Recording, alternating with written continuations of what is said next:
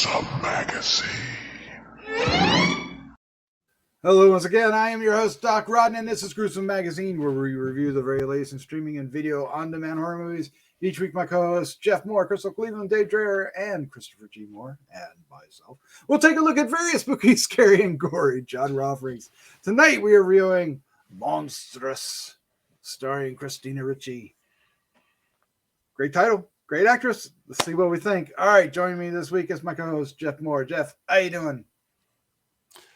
I'm doing great because she gives me kachi all night long. Thank you and good night. No. I'll explain that later. Can you say that on live TV? No, I'm sorry. Joining us, we are very happy to welcome award-winning filmmaker Christopher G. Mohr. Look at what's with this smelly face there. What's going on, Daddy-O? Yes. What was that? I'm just trying to get in the lingo. That was funny. I actually laughed at that scene when she said that. Well, that was awesome. I agree with that. I'll give you that. That's one. I don't know, but don't want to give it away, man. I don't know about a lot of things. Don't want to bury the lead, do we? All right. What we're going to do tonight is we're going to give our first impressions of MONSTROUS. That will be spoiler-free as best we can. No, it'll be spoiler-free. And then we'll dive into the discussions, and we're going to dive into spoilers because 5 minutes in, you can't help yourself. You got to get into this. You got to, this is going to be an interesting ride, folks. And then we'll wrap things up with our final thoughts, our score of 1 to 5, and our favorite scene. Yes. And, of course, we hope you enjoy not only this review, but many others that we have on the site. And we hope that you like it enough to hit the subscribe button, share with a friend, or hit the thumbs up. And then, above all, we'd love to hear your comments down below. All right, let's take a look at the card, shall we? MONSTROUS, available in theaters on demand May 13th, 2022, directed by Chris Silverson, and written by Carol Crest. Yes. Cast includes Christina Ricci, Colleen Camp, Santino, Bernard, Don Balderramos. I should just give up. Nick Vallelonga. The synopsis is a terrifying new horror awaits Laura and her 7-year-old son, Cody, when they flee her abusive ex-husband and try to settle into a new life in an idyllic and remote lakeside farmhouse. Still traumatized, their physical and mental well-being are pushed to the limit as their fragile existence is threatened. MONSTROUS. It's actually a very interesting synopsis. Let's check out what we thought of the movie. Jeff Mohr, sir, what was your first impression of MONSTROUS? Okay, I may or may not be alone in this, but I really like this. I did. And I kind of was like going, monstrous. Where's the monstrous part? Well, in a sense, they're dealing with one of the hardest things there is to deal with in life. And the emotions and what your mind does to you to cope with that. I absolutely love the set designs and decorating and the cars. Oh my God, the cars were awesome. I was just grinning all through the opening of this because I thought that the wardrobe, the colors, everything was just perfect for the setting, which was supposed to be like 59, I think. And the score, geez, I was in heaven with the score. I mean, we get Bill Haley and the Comets, See You Later, Alligator, and a couple of Buddy Holly songs, and then Mr. Sandman, the Cordettes. But then they do a couple weird things where those are all time appropriate. But then they play I Don't Want to Set the World on Fire by the Ink Spots, which is 1941. And then they also play this Nick Waterhouse song, She Gives Me Kachi. There you go. Which is like 5 years old. So it sounded like it came from that era. I'll grant them that because it's got a shooby-doo-up type chorus. And I'm now a Nick Waterhouse fan. I just absolutely love that song. I thought Christina Ricci was perfect.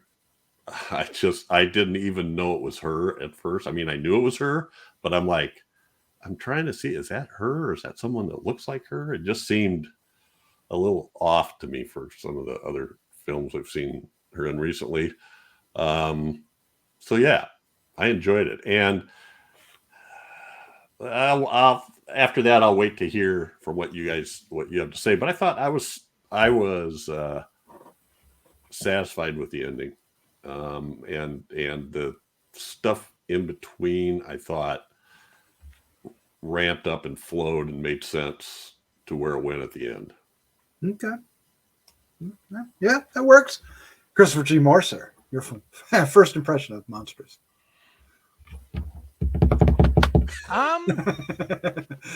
Well, I usually like Christina Ricci in most things.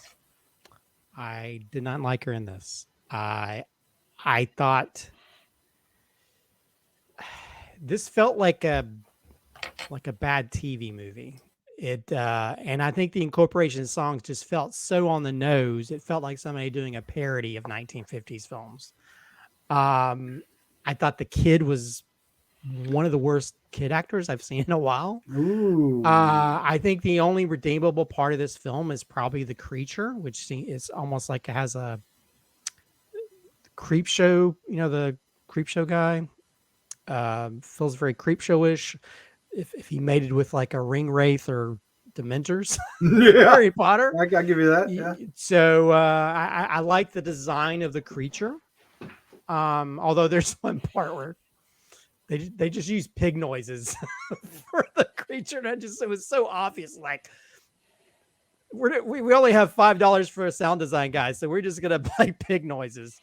Maybe that's just me as a filmmaker, but I thought the story, the dialogue was badly written. The story was scattered, and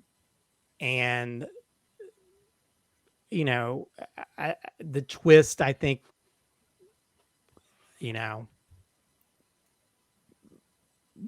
was wasteful. And I think I don't know. I didn't, there was no tension. This film was boring to me. I think the only thing that was monstrous is that I spent an hour and a half watching this film. Which is kind of sad because I feel like Christina Ricci should be in better films than this. I think her talent is wasted.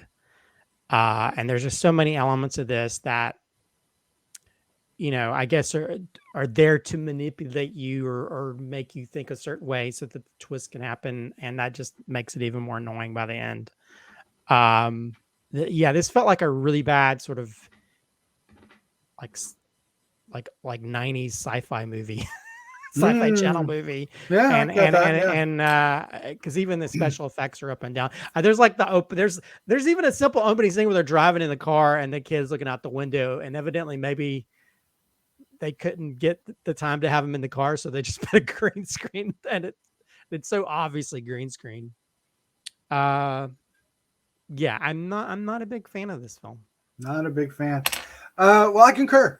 I'm this movie is monstrous. Yes, and not in the right way. I did like Christina Ricci a little better than you, Christopher. Maybe not as much as Jeff, but I did like her. I want her to have better roles. I think this is a sloppily made, messy movie, and I'm not convinced if it's the script or the editing, or maybe both, or maybe I don't know. It handles the storytelling just with no confidence and very weak-willed, and to me it just never. It had all the elements. I mean, I think the best thing going for it, Jeff, is the car and the clothes. But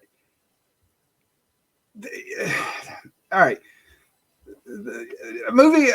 Everybody's got to make a twist movie. And this twist, to me, was obvious 5 minutes into the film. And now when we get to the spoilers, I'm going to give you exactly what I thought as soon as I saw it. So for me, I'm looking to see, okay, the twist, but it's like, okay, well, there it is. This isn't no fun. This is interesting. This is wasting my time. This movie wasted my time. It had, I'm frustrated. Can you tell? I'm frustrated. There were a couple elements that I thought were really interesting, and it usually involved the creature, which I think we see twice, maybe 3 times. The actual creature. I mean, there's hints of it elsewhere. Like water seeping over underneath the bed and shit like that. But the whole relationship between her and her son, Christina Ricci's character and her son, is so blatantly obvious to me that it was like, and it isn't very subtle. I don't think it wasn't very subtle to me. I didn't feel what they were trying to do was subtle. I didn't think it had much depth to it. It was really just sloppily told, and that is so frustrating. And I'm going to get people booing and throwing tomatoes at me for saying it, but I was really just not impressed with this movie. It didn't bore me, I'll give you that, and I think a lot of it has to do with Christina Ricci's performance. It's kind of hard with those eyes, right? Not to be in trance, but and she was fully committed to what this character was, and I will confess that when they did reveal the reveal, I think they did it at the right time and with the right way, because they've been setting up that all along. But then I'm not entirely. It's kind of like I don't know what's a good analogy. I mean, it's kind of like waiting for fireworks, and all you get is like one. You're there all evening, you're with your family, you're waiting for the fireworks, you're getting all this anticipation, you get one. Where's the rest? And it didn't really do anything with it. And then once that happened, the element that was the few elements I did enjoy along the way were gone. They didn't matter anymore. It didn't matter anymore. Didn't matter. Who cares? Not there. This movie sucks. All right, let's get into it. Jeff, tell me why it don't suck, bud, because I'm going to tell you why it does. Well, first off, I think I was so engrossed in the because it has the feel, and I think this is exactly what they're going for. It's got the feel of a late 50s sitcom family, only it's a single mother, right? But you'd have Donna Reed or Father Knows Best with 3 kids, and they'd have all these things like that commercial that she kept hearing about, the hot point, and these weird things that kept repeating, which told you there was something wrong. Part of me was I'm not kidding, I was so engrossed and just smiling and loving the music and the cars and all the weird, everything from the radio to the typewriters to the TV sets to the refrigerators, that because that's that it could have been the house I grew up in. It was. I'll agree with you that made it tolerable for me. That's and in fact we had a Chevy like that, only it wasn't station wagon. Okay. When I was a kid, so and I thought she perfectly fit that in her, and we're spoiling now. So we're in spoilers. In the fantasy world that she had built for herself, it is a fantasy world, the way once in a while when she interacts with other people, there's some things just seem off, like when she's I don't know how she manages the job that she supposedly has, or if that's a whole fantasy thing or not.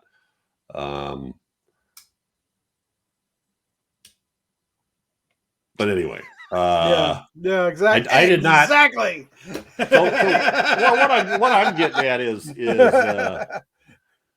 yeah, you can see what's coming, but I don't think it's supposed to totally surprise you. To me, it's a story about this mother trying to deal with grief and guilt, and the way that she's trying to escape, and the process that she's going through. Everything else is just sort of, so anyway, that's the way I took it. Yeah, but they do it. And so when we get to the end, I like the ending, and I like the coda, so to speak, as well. Yeah, I'll give you it. As far as the theme for this week of codas go, it is better. Okay, Christopher, I'm going to let you go next, but I need to share this because it's just right there. Early on in this movie, it reveals its hand rather blatantly, I think. When they arrived at a house and she comes out and the child does not. So to me, I immediately, and I watched this. So we watch 2 movies a week. Confession for any who watching, and unfortunately we had probably one of the more on the nose themes unintentionally that we ever had before. But I literally knew what this movie was 5 minutes into it. And I was like, okay, how long is it going to take? And so I was interested in, Jeff, like you were saying, the visual aspects of it, but it didn't tell a story to grow into that direction for me. I thought it was very sloppily told. I thought the pacing was awful. I thought it just, to me, and it was just like, okay, yeah, we got to go to the school. What do you mean when you we got to go to the school again? So the kid can't really react with anybody or interact with anybody. We got to go to the park. Oh, because what were you going to ask me, Jeff? I'm sorry. Well, I think you're saying it, but I guess I sort of disagree. I mean, when she got out of the car and said the boy was still sleeping in the car, I was like, okay, the kid's not there. I knew right then. The kid couldn't be sleeping in the car? No, I didn't. That was bullshit. I didn't buy that at all. And as soon as they backed it up immediately after when he went to, when the kids wouldn't interact with him. I mean, to me, it was like entirely obvious. I was literally put a sheet over himself in the car. Well, she does too, though. Yeah, they do that. They do that to. They just do that to cover the fact, but it's just it's very obvious. To me, it was painfully obvious. It's like I knew what this movie was before it even wanted to be a movie. I don't see how you have any fun watching movies. I didn't have a fun watching this movie. That's the problem. The thing is, like, there are movies where I don't care about logic because it visually looks cool or there's good performances. This just like there's not. I mean, the 1950s stuff stuck out like a freaking sore thumb. It just felt like somebody trying to put on a stage play of what the 50s was like. How would they do it? What was her fantasy of it? But you don't. Yeah, but if you're just watching a normal film, you're like, oh, this isn't this. You're not treated as that being a fantasy. It's supposed to be the normal story. And yeah, but you had to. Well, you can't telegraph it and then be unrealistic. But then you have to slog through 75% of the movie to figure that out. Then it's just like a bad sitcom. Doc figured it out right away, so he already knows. I thought it was just bad filmmaking. I just thought it was like, I thought it was sloppy. Yeah, because we got I mean, granted, I'll give it to him. Production design. You got cool cars, outfits. They had like a little Pine Sol, old timey. I mean, the magazines, all that stuff was very old timey. There's even the whole thing where they shot like an old timey black and white like creature from the Black Lagoon. Old timey. Yeah. Well, 1950s. But I know. Just like there was a Mark Coney radio in the back. But I don't know. It just felt like people. To me, it felt like people who weren't old enough to be in that decade trying to portray that decade, and it just felt. And I think the storytelling. Well, that includes her. Yeah, but the storytelling elements weren't. I'd rather go watch I Love Lucy if I want to watch something entertaining. Well, but see, I don't understand because to me that's what it. That's what it is. She's not old enough to have lived in there. She has this picture. That's how she's imagining her. Well, she has a horrible imagination because it was because I didn't thought the interactions between her and her son were just we're not gonna agree on this. Yeah, no, and that's fine. To me, this movie was a slog to get through because I felt like it was so many moments that I didn't see, even though by the end we know what's happened. I didn't see any connection between her and her son. I thought there's some of the dialogue was even bad. I mean, it was like so bad on purpose that I just, annoyed me. But was it on purpose? Well, I don't know, because the whole thing where she quits her job, like I'm seeing monsters. Yeah, and I guess if you have to slog through 75% of it to explain it all in the very big end, then maybe you went about it the wrong way. Well, I don't know. I was bored by this film, and I never thought I'd say that about a Christina. So this is you're saying you have to slog through 75% of it. Doc says he knew what was going on in 5 minutes. I'm slogging. It's more of the front end of it because I still think it's about the process that she's going through to get to that point. It's not really about the relationship. But is it? Kid. I mean, I get with what you're going with dealing with grief, but they set it up that I just don't like the way they set it up in a way that's disingenuous. They reveal it. I don't the background, not the actual reveal. The actual reveal I liked. So if you figured it out right away, how is that disingenuous?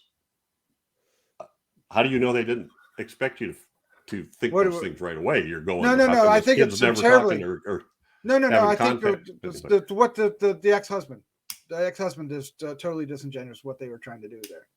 Anyway, let's put that aside. The phone call, the phones I really liked because it was kind of, to me, the phones were a little they weren't entirely accurate. They were close, but they weren't entirely accurate, which is fine. But they were also signifying her coming back to reality, right? Because that's the when it changes from the old timey ring to the what we recognize for today. I liked that a lot. I will give it credit that that's the one moment that I really bought. I thought they kind of, after that, when she jumped out into Captain America Street, I lost a little bit of my love for it. The more they did that, they could have been a little bit more restrained there. But to me, it was like I never bought. The problem was I never bought that she was where she was. But it was it was a fantasy, so that was part. I was fine. But they were like, hey, where'd you find those clothes? It was all painfully obvious all along for me. I felt like I was wasting my time until like the monster showed up. And then that was like twice, right?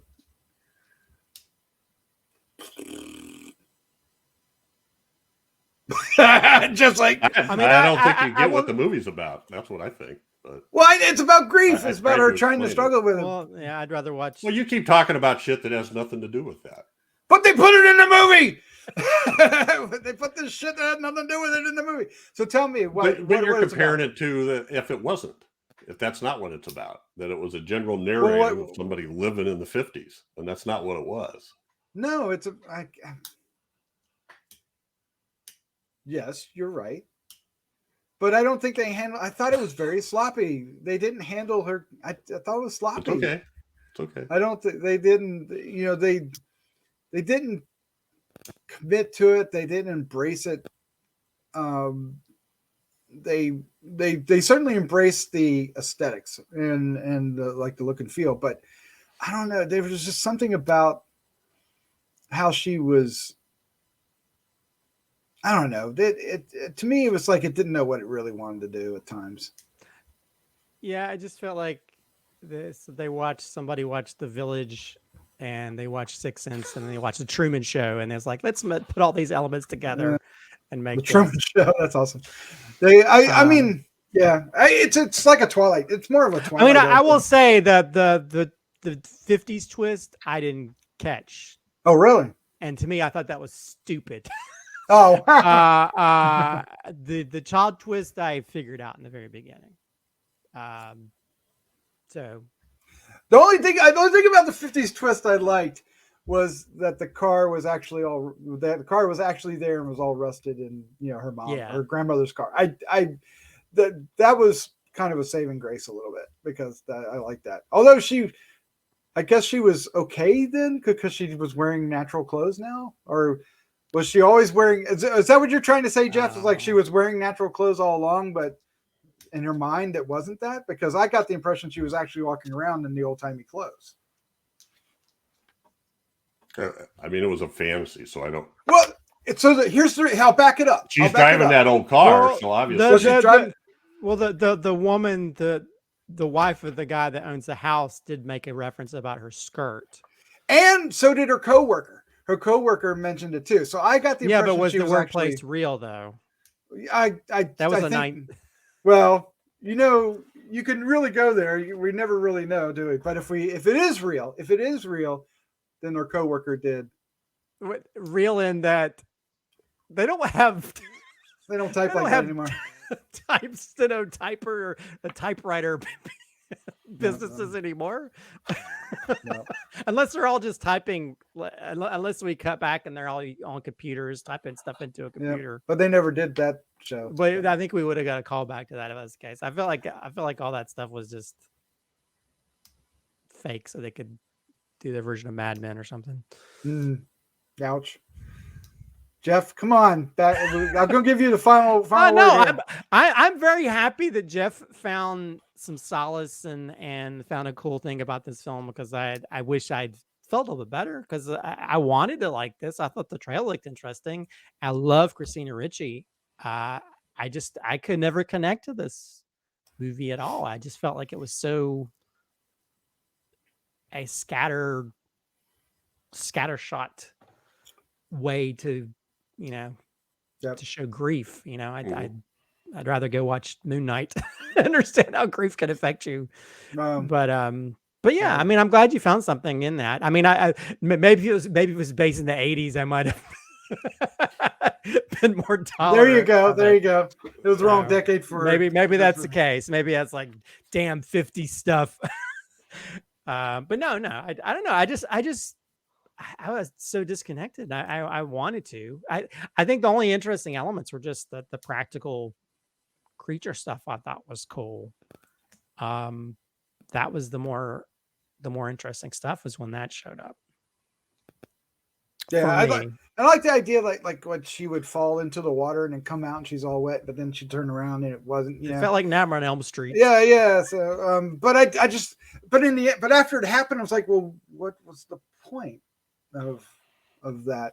And I get it, reliving the grief stuff, I guess. Yeah, and she's reliving, her son drowning and her trying to save him but couldn't, right? And I loved. So as much as I'm pooping on this movie, and I am pooping on Norma, like I'm not going to say her name, but I am. I just embarrassed myself. Anyway,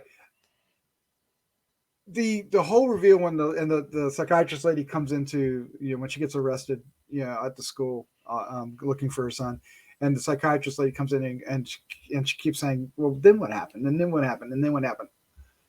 I really like that. I really like how they handled that. And I liked how she acted that scene. Christina Ricci. I really liked how she, thinks you could feel it in her face and her body language that she was coming to terms with what reality was.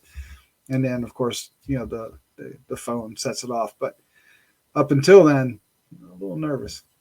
Oh, that flashback with the grandma made me cringe. What was the flashback with the grandma? When Christina Ricci sees herself as a little girl again, and the grandma comes in there. No, that lady played the grandma. Yikes! No, she was the lake lady, right? Is that what I'm? Well, yeah, the younger version. Yeah, the younger version of the lake. Yeah, the younger version of her. Right. But she's the one that says everything's going to be okay at the beginning when the monster's pulling her into the lake, right? So, I mean, I mean, it had elements, but it's just the strings weren't there. It was sloppy. It was. I think I call it sloppy. I think Christopher, you said it was scattershot. I think it's a better description of it. But I do agree with Jeff that the cars and the clothes, I really enjoyed that. I just wish there was a little bit more commitment to it. Yeah, I kind of got lost in the water. Ooh. All right. Well, let's go ahead and wrap this up, Jeff, because Jeff's like, I know, just felt a little beat up. So. It's a boxing match. No, I mean, no, that's the cool thing about movies. I tried to explain it. You disagree, so yeah. Well, I don't know if I disagree with your explanation. All right, Jeff, give us your final thoughts, your score, and your favorite scene, sir. Like I said, I like this a lot. I think it's not the same, but in a way, I kind of compare it to. I don't know if you remember the movie. I think it was last year, Relic, about the woman that lived in the house and her two sisters came. That movie has disturbed me beyond belief. And much better film. It is, but I put this in that same kind of category, that it's not at all about what it appears to be about. It wasn't about what was in the Relic. It wasn't about the house and what was going on. It was a symbol of what was going on with their mother. And I think that's what was going on here. She was trying to escape the dread and end up, and connect back with her grandmother, or what she seems of as a better time. So anyway, I like this a lot. My favorite scene, and you've already mentioned it, Doc, is I'm taking the scene in the police station in the interview room. And then when she walks out, I loved when she walked out. I absolutely loved when she walked out. I think they overplayed it, but I did love it at first. Because that was the end of the fairy tale, right? Yep. It was anyway, I'm giving it a 3.5. Nice. Christopher G. Mohr, sir. Your final thoughts, your score, favorite scene.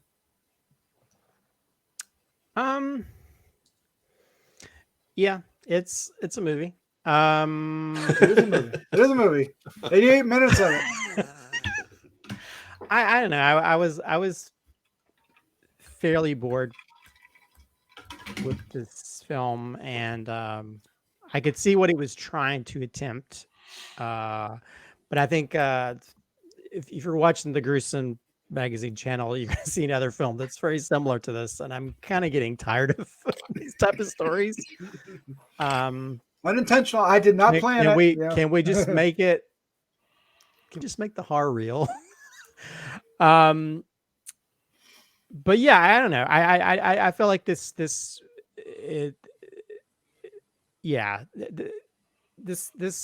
I think this is very disconnected to me, and as much as like it's interesting to have where grief can affect people and create delusions and that kind of stuff. I don't think it really.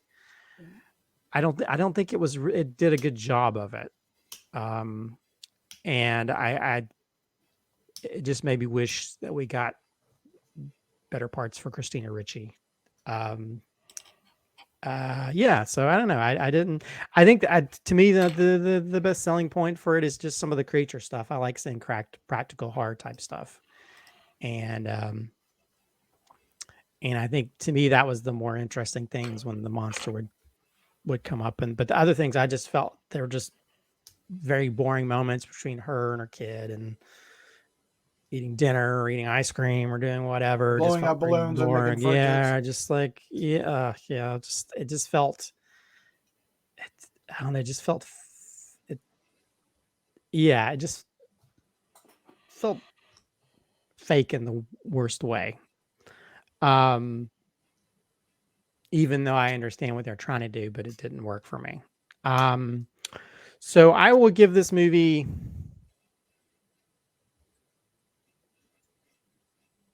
I'll give this movie 1.75. I think this is not a lot to write home about in regards to this film. Unless you're, I will say the only if I had to pick a favorite scene, I think it'd be where she comes face to face with the creature in the lake, the lady in the lake.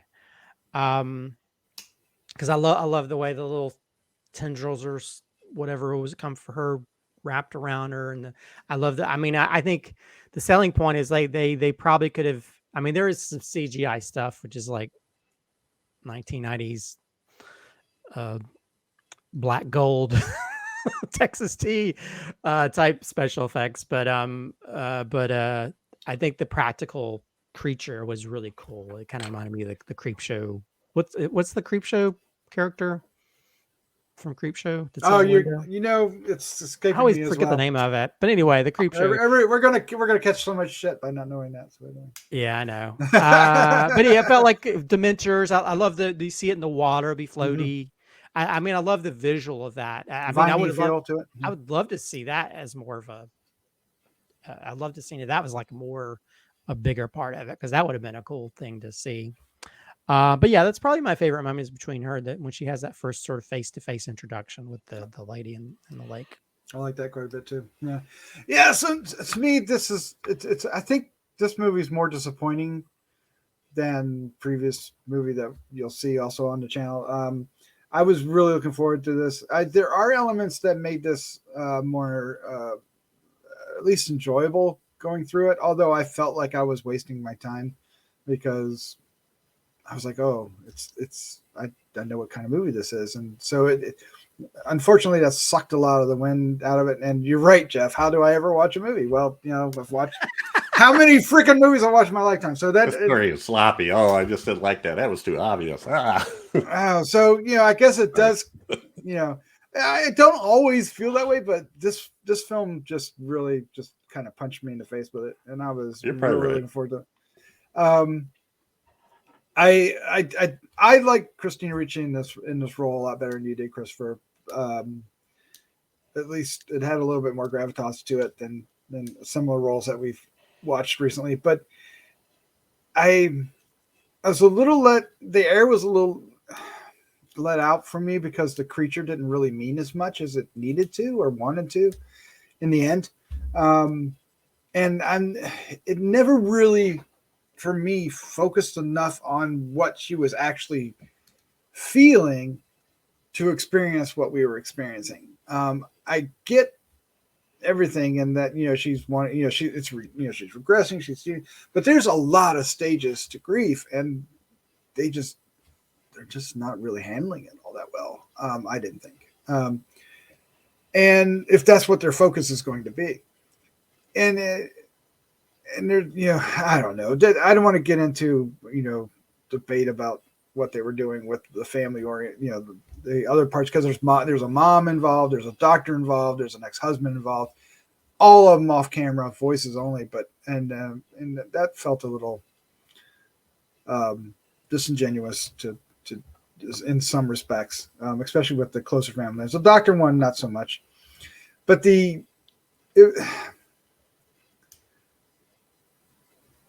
I'm going to give this film a 2.0. A 2.0. I was actually debating a 2.25, but I'm going to give it a 2.0. And that's just talked you into a lower score, huh? I talked myself into a lower score. That doesn't happen that often. I usually talk myself into a higher score. And for my favorite scene, and it's kind of the same scene as Jeff's, but I'm going to say it in a different way. How you like that, Jeff? Okay. So one of the themes that I liked was, the sounds, and Jeff, you were mentioning this earlier. You'd hear the TV commercials over and over again, right? You hear the things that she remembered over and over again, and included the phone. Even though the phone was more late 60s or 70s than 50s, in my opinion. Somebody can prove me wrong on that, but the phone, the color, maybe. Yeah, the style of it even, right? No, that looked exactly like our phone. Was that like it was in the 50s? Because ours hung on the wall, but it was, yeah. I just remember, even in the 70s, I remember older looking phones. even in the 70s and when I was down, so to me, I didn't buy that the phone, the one phone that would ring was old enough. But again, I could be wrong about that because I wasn't around the 50s, but it just didn't feel authentic. But I felt that was on purpose, so I didn't mind it because it was building up to the reveal with the phone ringing. And of course, it was an iPhone, and she, opens it up and it says "Mom," and we all recognize the look, right? I really liked that element of it. I thought, if you're going to do a twist, and we've done a lot of twist movies, that's how you handle a twist, right? You do it where it connects with the character, and it's something that's been connecting with that character throughout the thing. It's whether, the doctor's calling, whether the mom's trying to call, or whether, the ex-husband's calling, and that's how you do the twist. That's how you make the reveal. So I really enjoyed that, and I loved the way the doctor, whoever performed the police psychiatrist that comes in, did a great. I mean, just the look on her face was like, "Oh, I want to help you." Look, it was just so perfect and exactly what I would expect as an outsider. Back up a little bit. Yeah. Let's back up a little bit. And then what happened? What happened next? She never told her she was wrong. She never said anything. She just sucked it out of her, and she made her reveal it. And even though she knew the truth all along. So the doctor knew the truth and revealed the Christina Ricci character. So I'll give that. So that's the borderline. That scene is almost a borderline where I want to make it a 2.25. The more I love that scene, the more I want to give this a little bit better score. But the rest of the movie just sucks it down. I'm not changing my score. Yeah. Well, but and I know what you meant when you said it, Christopher, but you can't get any more real horror than the death of a child. So is it a real horror movie if it's all about grief? I don't know, but that's real life horror. Well, I think what he's saying is, so yeah, that all the things that we're dealing with are in our imagination, and we've been dealing a lot. I think that's really what we're going after here, is that let's just have an honest ghost story instead of having to. I'm just talking about forget everything else, just dealing with the death of a child. Yeah, but we've I've seen it so much better done in films like Hereditary. I was going to say, look at Hereditary. Yeah. I mean, if you focus on that, it makes. But don't say it's not real horror. But that makes this movie worse if that's where you're going for. That's the problem. I don't know if I said, did I say it's not real horror? You said you wanted just a real horror. You said you want real horror. You just want a real horror. Well, no, I know. I just feel like we're getting like so many of these type of films where people are dealing with trauma.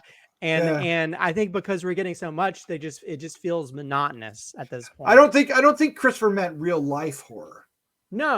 I mean, I like when I know he didn't. No. So we're like supernatural or real. But I'm just saying that like visceral horror. I feel like nowadays, when you start questioning, you automatically think, okay, maybe this isn't real or whatever. And because we're getting so many of these movies, it just feels like nobody. Right. I kind of want to be. I want the twist to be like, okay, it is. Well, I would. There was a real monster all along. If I'm watching a horror movie, and I'm not sure this is a horror movie other than the creature that's in it, and what we call horror movies, because I really do think it's much more. No, I feel like this is a horror movie, but I don't even feel like. But I think just saying because it's about involving a death of a child automatically makes it. To me, I think people sometimes just use that for their own means to tell a story as opposed to actually being as impactful as what it should be. Just because you have a child who's dead and you're dealing with that grief doesn't give you a pass that the movie's automatically good or horrific because of that. No, to me, it just didn't connect with me. Yeah, I've seen so many other films. I'm only quibbling with the use of the term real horror. Yeah, I mean, go look. I just want a movie with real horror in it or something. No. I think what I was saying, I wanted. I know what you were saying. Hard to be real, because not real life. I'm the last person to point out that a film is not a horror film, because I've had this argument with so many films because there's so many subgenres. I'm still not. I'm not saying it well. I'm just saying. Okay. Well, I'm just also trying to Just make sure listen I to didn't the say words that. only. Don't infer anything. Yeah. Well, I'm just trying to make sure I didn't say something like that because No. I'll take it back if I said, "Oh, this is not real horror No. movie." I think I was just saying like, yeah, the horror element or the supernatural element. I just want people to make. I will say this. Give me a horror movie. I want more horror Right. movies. Make a horror movie. And to me, a better example is the one we saw, the other one we did tonight.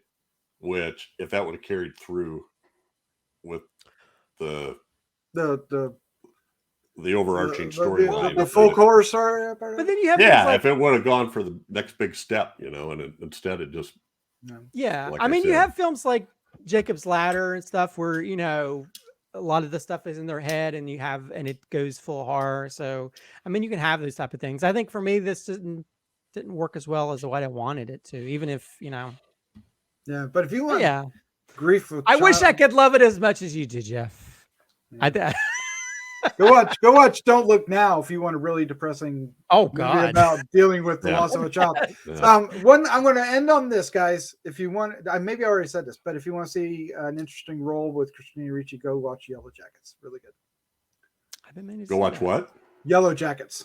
Oh, TV series. Well, she's also in a movie called Monster as well. That was she did a good role in. Yep. All right, Charlize Theron. Yep. So there you go. That's there's another one. Never mind. We could go down her previous roles, and it's a lot of fun. All right, that's our review of Monstrous, which is out on. What did I say it was out on the 13th? Right? Is that right? Let me go look. I forgot already. May the 13th. So check it out and let us know what you think down below. Jeff, Christopher, thank you for joining me. This was a lively conversation. We went lively. Yeah, over half the movie. We all can't agree.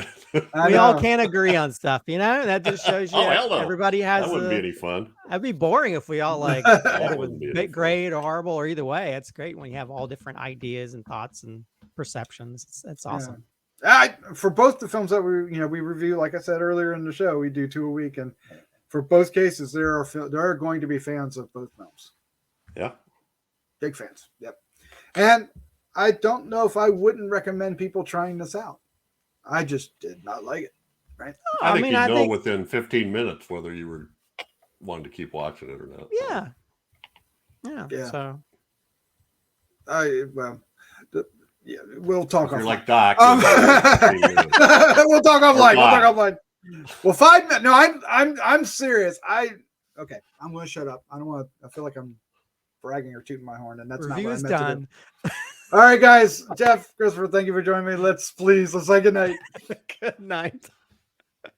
Good night.